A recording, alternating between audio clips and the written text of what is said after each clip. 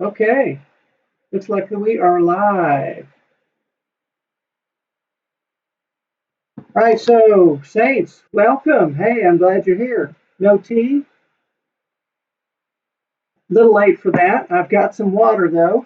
And what I want to talk to you is about natural cures for insomnia. And yes, I do have some notes. And I've got a special bonus. If you'll listen to the end, I will certainly talk about that. If you've got questions, I will be happy to answer those.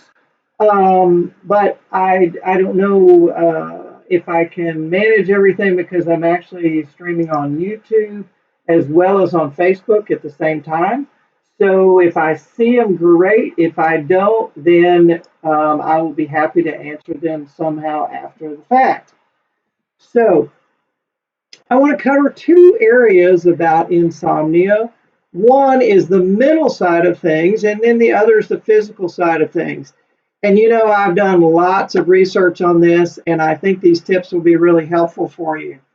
So, the goal is to give you a few actionable things that you can use to sleep better or cure insomnia without taking drugs. Now, I'm not a physician and I don't have anything against drugs either. I have taken a little bit of insomnia drugs if you need them. That's up to you between you and your physician, but that's not the subject of tonight.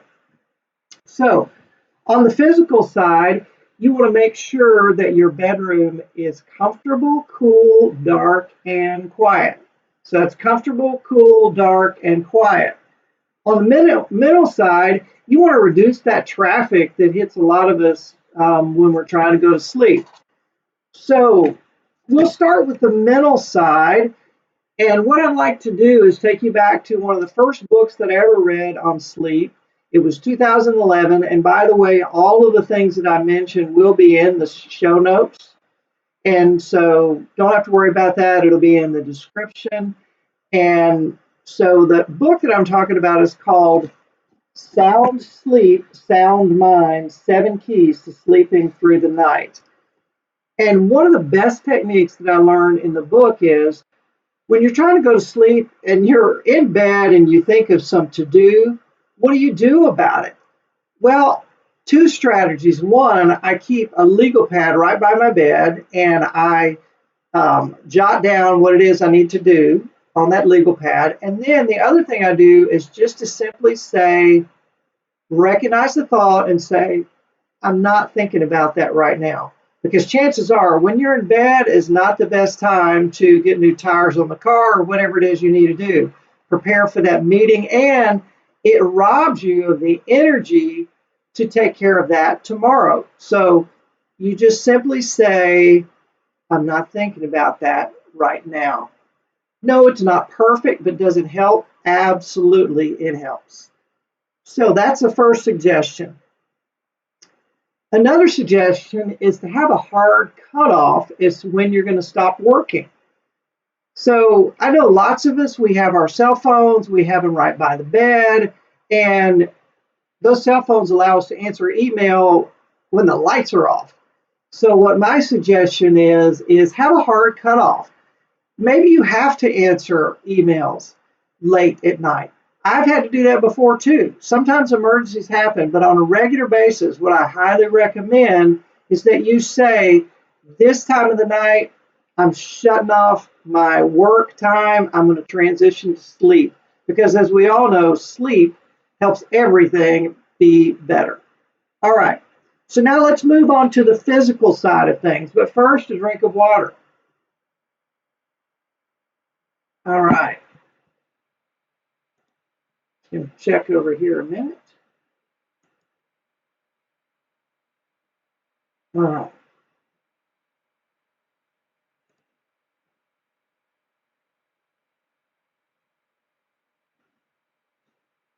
So on to the physical side of things. So I'm going to give you a couple of things for each category. First thing is you want to have an evening routine that integrates the mental and the physical. And you can find out about my exact evening routine. That'll be in the description. You can find out more about that. So another thing, if you want to take a look at the technology that I use, you can take a look at my video, Best Sleep and Fitness Tracker, talking about my Aura Ring that I love, as well as Sleep Technology 19 products that rock. But for tonight, here are my top suggestions. So comfortable, spend the money to get great sheets. And really spend the money or invest the money into better sleep. It blows my mind that people will pay $40,000 for a car but won't invest in a decent mattress. So get great sheets. My favorites are from Brook Linen. And if you go to my kit.com link that you'll see in the description, you can see all of this there. So Brook Linen has great sheets. At the time that I got the sheets, they were #1 on the Wirecutter, if you like that site. #2, use their detergent. They have awesome detergent and fabric softener or fabric conditioner that makes it great. So that's my second tip there. And if you travel, really try to make your home sleep environment as much like your on the road sleep environment as possible. I'm a bit of a pillow fanatic, as many can attest, but I recently swapped my pillow that I really loved at home for the exact one that Hilton uses because I most often stay in a Hilton. So get a pillow that's the same as you have on the road. The second thing, invest in a blanket or duvet or something that works for you. What works for me is a summer weight duvet. It's the best mix of warmth, but not too warm, and some weight. So cool. Fans, the cheapest way to make it cooler. I've got a ceiling fan in my bedroom, and when I'm on the road, I just met a great maintenance guy, and he said, I can get you a box fan. So I don't know if they do that everywhere, but when you're on the road, box fan, because often hotel rooms are too warm. The temperature you want to shoot for is around 65 degrees Fahrenheit. So make it cool however you can. Now, if you sleep with someone else in your bed, this becomes more difficult if they have different temperature needs than you. Enter the Chillipad. The Chillipad is a box that cools water, circulates it through latex tubes in a mattress pad that can make a huge difference. So I highly recommend that. And obviously you can put it on one side of the bed. So if you want it cooler and the person you sleep with doesn't, you can do that. So Chillipad, big fan. Of course, you could always sleep with less clothes or no clothes. That's up to you. Now let's talk about dark. Sleep mask is the easiest way to make this happen.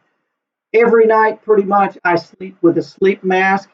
Of course, I'll put my favorite in there. My new favorite is by Mindfold. I heard about that from Ben Greenfield. And then block the light from your windows. Most of the light in your bedroom is going to come from your windows. You want to block the light. A couple of things. For years, I use easy blackout window covers. They're not real pretty, but they work great. I upgraded last year to window inserts by Indo. They rock. Excuse me. They block out not only the light, but a lot of sound as well. On the road, what you can do is use a pant hanger to put it on either side of where they don't quite close, and it works great. A couple of those will pull the blinds all the way closed. Now let's talk about quiet.